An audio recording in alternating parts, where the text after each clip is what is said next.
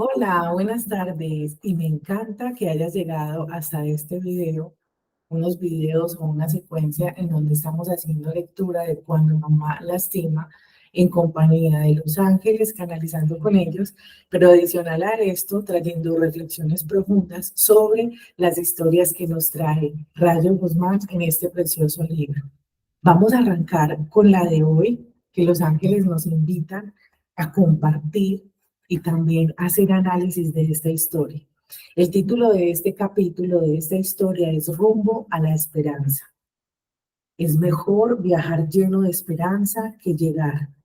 Es un proverbio japonés. Es mejor viajar lleno de esperanza que llegar. Nos está hablando del camino que recorremos en lugar de la llegada al objetivo final. Así que es gozarnos el proceso con completa convicción, confianza, fe, esperanza, antes de pensar en el resultado. A veces eso es lo que nos desanima. Y ahora nos vamos a adentrar en la lectura. Recuerda que esta es la primera vez que lo leemos y queremos reflexionar contigo varias cosas. Si te está llegando, no es casualidad, es sincronicidad, es correspondencia, pero también se vuelve un mensaje celestial divino que los ángeles traen para ti a través de esta historia. Encontré la botella en el baño. La había metido en el fondo del canasto donde deposita la ropa sucia. La saqué y vacié su contenido en el lavabo. Por enésima vez ese ritual, buscar, encontrar y tirar la botella. A veces eran botellas de whisky, otras de tequila y con más frecuencia de ron barato. Salí del baño y caminé por el pasillo.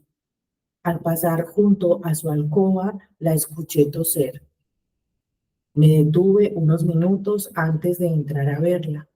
Aprendí de memoria el escenario, la cama a medio hacer, las ventanas cerradas, la televisión encendida en un canal de espectáculos y ella desparpajada sobre la cama, con su bata de flores grises sobre fondo blanco, con mechones de cabello cano sobre su cara, sus ojos inyectados de sangre y su hablar pastoso. Georgina Pérez Arreola, de 54 años. Es decir, que nos estamos encontrando en esta historia un inicio bien particular que tiene que ver con el licor, los efectos del licor y la manera como encuentra a Georgina, que debe ser su madre, en esas condiciones. Vamos a continuar para poder compartir un poco más del conocimiento y del mensaje de los ángeles. Desde que era niño, la recuerdo con un vaso en la mano. En aquellos tiempos era divertida. Se trepaba sobre las mesas en las fiestas, invitando a bailar a los presentes y todos la aplaudían. Juguetona y coqueta, siempre fresca y bien vestida. Sentado sobre su cama, la veía maquillarse de manera meticulosa. Se depilaba las cejas con unas tijerillas de punta chatas, haciendo muecas graciosas frente al espejo. El rímel negro dando espesor a sus pestañas, el pintalabios carmín delineando sus finos labios. Junto a su estuche de pinturas, un vaso, casi siempre de plástico grueso, que disimulaba el contenido. Ella me decía que era un fresco, pero si me acercaba e intentaba darle un trago, me tiraba un manazo y me decía que fuera a la cocina a buscar a Goya, la criada, para que me sirviera fresco en otro vaso distinto. Una vez conseguí darle un sorbo a su bebida sin que ella se percatara. El refresco era amargoso y tenía un olor a medicina que no fue de mi agrado. Mamá lleva más de 30 años tomando alcohol. Es una alcohólica. Ahora vamos viendo que esa parte como inició este capítulo donde nos habla de la esperanza en el camino, rumbo a la esperanza y no esperar a la llegada, sino en el camino, nos va haciendo un contexto de lo que vivía este niño a través de su mamá que era alcohólica. Georgina, más conocida como Gina entre familiares y amigos cercanos, fue una mujer hermosa en sus tiempos de juventud. Hacía voltear el cuello a más de uno cuando caminaba por las calles de Morelia. Alta, esbelta pero caderona y con una melena roja que retocaba cada mes en el salón de la señorita Janet, la peluquera de moda. Cuando la acompañaba del brazo, hacía su ritual de belleza. Tan pronto nos veía entrar la tal Janet, que dudo que haya sido señorita, de inmediato la invitaba a sentarse y le servía una bebida. Con ademanes misteriosos servían refresco para luego llevarse los vasos a la parte trasera del negocio y darles el toque final, que imagino sería un ron Bacardi o de cualquier otra marca. Pasábamos la tarde en el salón, yo viendo caricaturas en la televisión que la peluquera tenía empotrada en la pared sobre una repisa, y ellas entre tintes, tijeras y cubas. Más de una vez, al regresar a la casa, la escuché discutir con mi papá. Ahora ha llegado a deducir que el aliento de mi madre no era con el que mi padre esperaba encontrar a mi mamá, y de ahí se desprendía el lío. Me encerraba en mi habitación y prendía la televisión con el volumen al máximo para que el sonido de las caricaturas de Porky y las canciones de los Picapiedras se escucharan más fuerte que los gritos de mis padres. Cuando cumplí 7 años, me anunciaron que iba a tener un hermanito.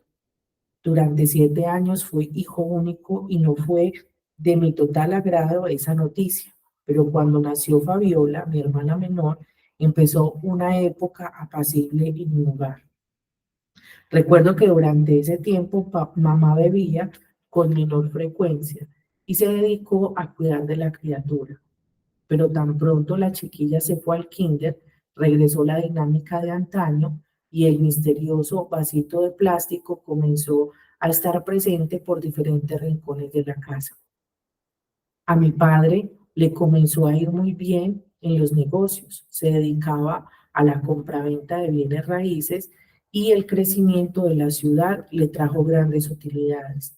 Nos mudamos a una casa más grande en una mejor zona de la ciudad y aparecieron amistades nuevas, señoras muy elegantes con altos copetes que llevaban a la casa por las tardes con charolas llenas de boluanes rellenos de atún o pollo, pastelillos, ya continúo, pastelillos de mantequilla y botellas de diferentes tamaños y marcas. Mi madre estaba muy feliz con el nuevo rumbo de las cosas y además encontró en la nueva dinámica innumerables oportunidades para tomarse sus copitas, disfrazadas con ropa de buena marca y portando joyería fina.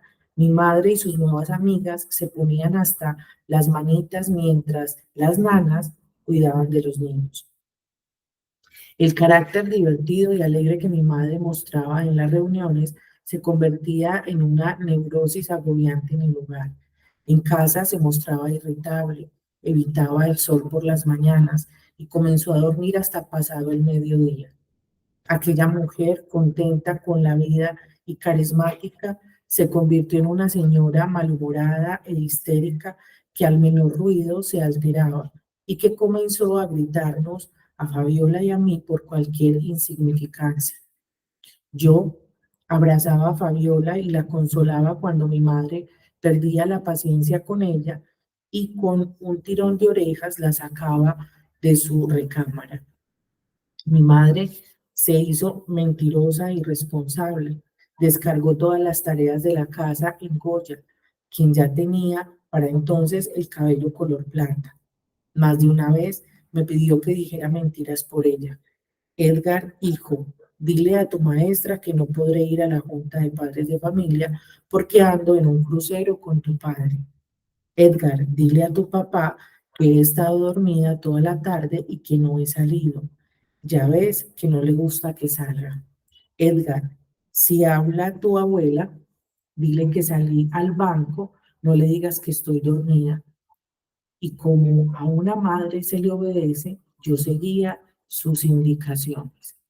Es decir, que por acá empezamos a notar, a evidenciar que producto de esta conducta adictiva, este niño debía obedecer a mamá en cuanto a sus mentiras o incluso empezar a evitar el caer mal o que sus actividades o lo que a ella le gustaba, en este caso el licor, no tuviera influencia en sus relaciones sociales.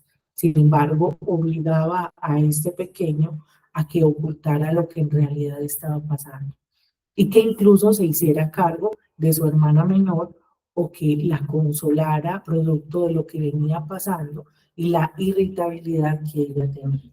Continuemos. Mi padre, sumergido en sus negocios y en sus viajes recurrentes, optó por minimizar el asunto y se acostumbró a vivir con una mujer que bebe, sobre todo si mi madre se quedaba dormida y no daba molestias. Los problemas se hacían presentes cuando mi madre vivía en una mala borrachera, de esas en las que se ponía celosa o agresiva. Entonces mi padre se imponía a gritos, echándole en cara su manera de beber. Fabiola y yo, ocultos en algún rincón de la casa, permanecíamos en silencio esperando a que el terremoto pasara. Una vez que regresaba el silencio, nos encerrábamos en mi cuarto a ver la televisión o a hacer nuestros deberes. Hubo épocas en que mi padre se fue de la casa por varios días y en que vimos a mi madre ser más mesurada en su bebida. La escuchamos varias veces pedirle perdón a mi padre, suplicándole que regresara, que todo volvería a la normalidad. ¿Cuál normalidad? No sé a cuál normalidad se refería, tal vez a la época en que podía tomarse 2 copas y detenerse, pero de eso hacía ya mucho tiempo. La enfermedad había avanzado y su voluntad desapareció. Mi padre terminó por pedirle el divorcio. Creo que se esperó a vernos grandecitos, a mi hermana y a mí, para tomar tal decisión. Yo tenía 18 y mi hermana 11. Fabiana lloró mucho. Yo me limité a bajar la cabeza y me concentré en mis estudios. Siempre me atrajo la medicina veterinaria y me enfoqué en lograr mi sueño. Con la partida de mi padre, mi madre se volvió más neurótica, más irritable y no tuvo freno alguno para beber. Mi tiempo en la universidad lo recuerdo entre prisas. El tiempo se me iba en realizar mis deberes, cuidar de mi hermana y vigilar a mi madre. 2 veces tuvimos que llevarla al hospital por congestión alcohólica. Una tarde me senté a platicar con Goya, la nana de mi infancia, quien conocía a mi madre desde niña. Le pedí que me diera su teoría sobre su manera absurda de beber. Tu madre siempre fue una niña consentida, Edgar. Nunca conoció el esfuerzo ni las penas. Tus abuelos se dedicaron a facilitarle todo. Salió de la casa paterna para casarse con tu padre, quien siguió brindándole una vida fácil, sin brincos ni baches. Desde niña ha sido caprichuda e insolente, pero en el fondo es muy noble y los ama. Busca ayudar para tu madre, muchacho. No la podemos dejar morirse de esta manera. Eso hice y en la primera oportunidad que tuve, platiqué con un maestro que me inspiraba confianza. Me habló de que el alcoholismo es una enfermedad y de la existencia de grupos de apoyo. Acudí a varias sesiones y un par de miembros de esos grupos fueron a la casa para hablar con mi mamá. Los ofendió y los corrió sin darles tiempo siquiera a presentarse. Por acá la muestra, incluso voy a tomar por acá un poco de agua, de que muchas veces cuando tenemos un familiar, y en este caso mamá, con un problema de adicción, a veces los hijos buscan soluciones para ella, para su alcoholismo, para que deje de beber, pero realmente ella en el fondo de su corazón, en el fondo de su alma y en su mente, no tiene esa idea, es decir, que no desea dejarlo. Por tanto, así ofende y corre incluso a estas personas que buscan ofrecerle ayuda. Mientras tanto, continuó en la lectura, mientras tanto en mi interior crecía un resentimiento profundo, una rabia inmensa y una desesperación espantosa. Mi hermana Fabiola decidió irse a vivir con mi padre y la comprendí en plenitud. Ella también estaba cansada de ver el mismo cuadro cada mañana. Un cuarto en penumbras, una mujer a medio vestir, botellas vacías y colillas de cigarro sobre un plato. El olor a parranda encerrado en una habitación de cuarto por cuarto. Goya envejeciendo, limpiando la casa por encima y cocinando pollo 3 veces por semana. La decadencia emocional y física de mi madre nos contagiaba de sus penumbras. Entonces me fui. Acepté un trabajo en Tamaulipas. Un granero próspero me contrató con un buen salario. Para quien apenas empieza a labrarse un futuro, fue una gran oportunidad. Me concentré en mi trabajo, en forjarme mi destino. Fabiola me pasaba noticias de vez en cuando. Fui a verla, Edgar, y están los huesos.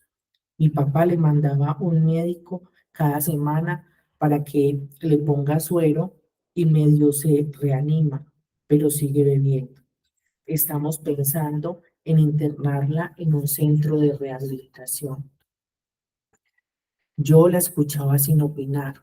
El rencor me había hecho inmune a lo que pasaba con mi madre. Se me endureció el corazón en un acto de autoprotección. En 3 ocasiones la internaron. La primera vez por 3 meses, la segunda por 2 y la tercera por 28 días. Tan pronto salía de las clínicas, se las ingeniaba para conseguir alcohol y recaía. Entonces partíamos de cero. Mi madre cada día más vieja y enferma, y todos fastidiados de la situación. Hablar sobre mi madre sigue siendo doloroso hasta la fecha. Los años se han ido acumulando bañados en un caldo agridulce que nunca me permite el disfrute pleno de la vida. Me he casado y tengo un hijo. Lo llamé como mi padre, Alberto. Hace 2 semanas festejamos su 4º año con una fiesta temática de los Cuatro Fantásticos. Martina, mi esposa, es una tamaulipeña, risueña y de palabra directa. Ella es la que me pide que llame de vez en cuando a mi madre. Me dice que no es bueno para un hijo abandonar a su madre y que no soy nadie para juzgarla. Martina me ha ayudado a comprender mejor la enfermedad de mi madre, a sacarme los rencores y a perdonarla por su alcoholismo, por su abandono. Por eso he venido a verla. He decidido ayudarla. Conseguí un lugar para ella en una clínica especializada en adicciones al norte del país. Cargando mi rencor a cuestas, he escuchado a mi mujer y he acudido en su ayuda. No sé si tendremos éxito en la tarea, no sé si en esta ocasión lo lograremos, pero mientras haya vida, hay esperanza. Al entrar en su casa, lo primero que hice fue buscar botellas escondidas. Era una costumbre cotidiana cuando vivía con ella. Nunca dejó de sorprenderme la astucia de mi madre para encontrar escondites.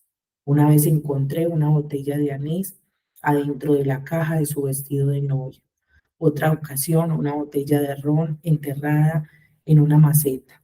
Esta vez fue en el baño, en el canasto de la ropa sucia.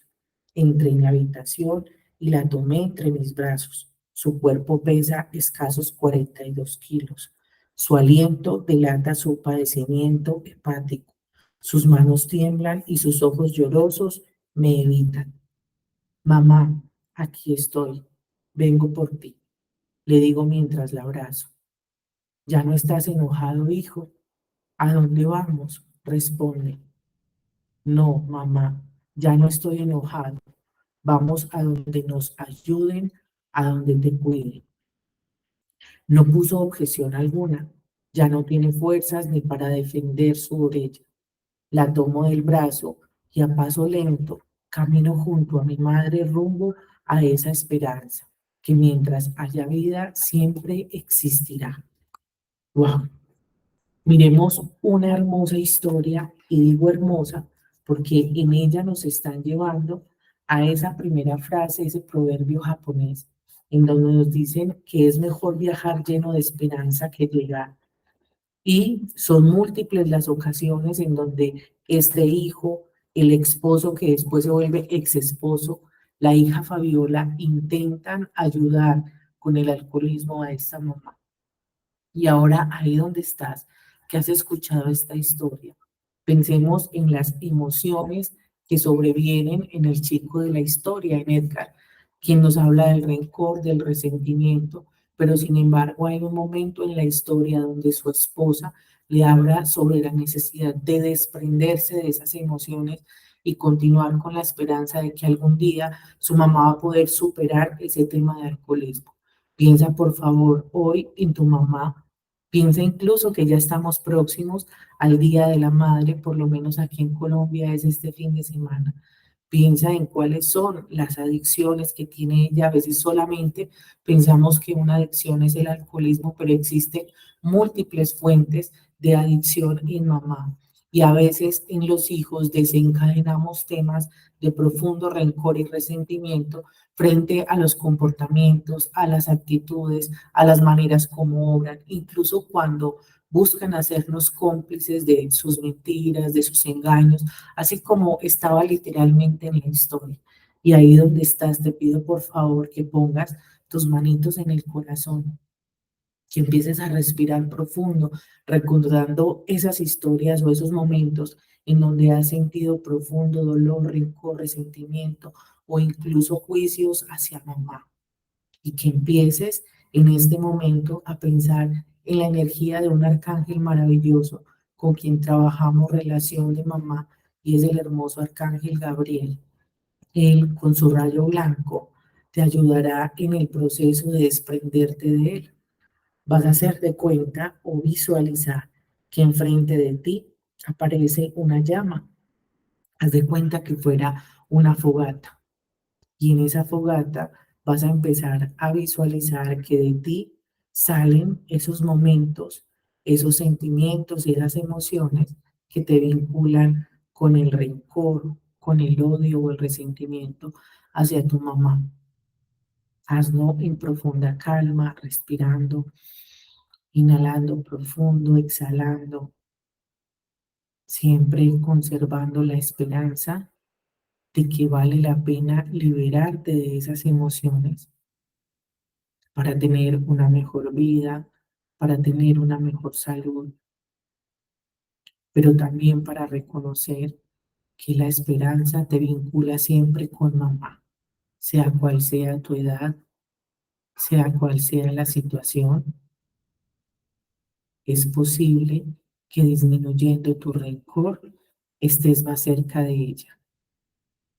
Es posible que entendiendo su historia y lo que sobreviene de su historia, entiendas su adicción y por qué en medio de todas sus emociones reprimidas busca de esa adicción, de ese vicio o incluso de las mentiras para poder ocultar el sufrimiento que tiene dentro.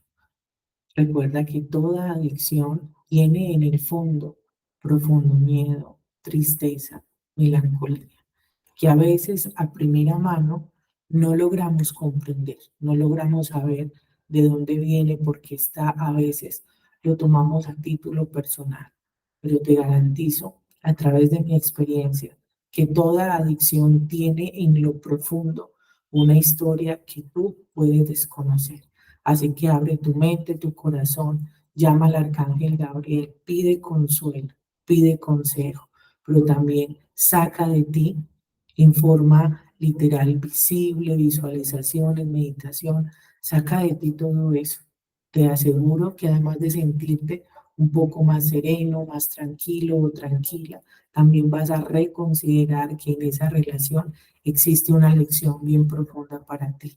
Es una lección de amor, es una lección de perdón, pero también una lección en donde no solo el abandono de ella te marca, también te puede marcar el que tú te des prioridad a ti y entiendas de esa situación que el amor sana a las personas y que la esperanza siempre es latente para ese camino que llamamos vida. Recuerda que realizamos club de lectura los días miércoles 7 de la noche, hora Colombia, que por ahora estamos en este libro Cuando mamá lastima, que lo hacemos en compañía de Los Ángeles y que precisamente este libro nos ha orientado a abrir nuestra mente y nuestro corazón para sanar con mamá, hacer sanación con ella. No es instantánea, requiere tiempo, pero también requiere que desprendas de ti todo aquello que no te permite avanzar. Te espero en un próximo video. Comparte con otra persona si piensas que esta historia puede funcionar, que este mensaje funcionó, que el ejercicio con el Arcángel Gabriel te hizo sentir mejor. Recuerda que todos en alguna medida necesitamos sanar esta relación tan importante que nos conduce por un futuro diferente. Un abracito y hasta pronto.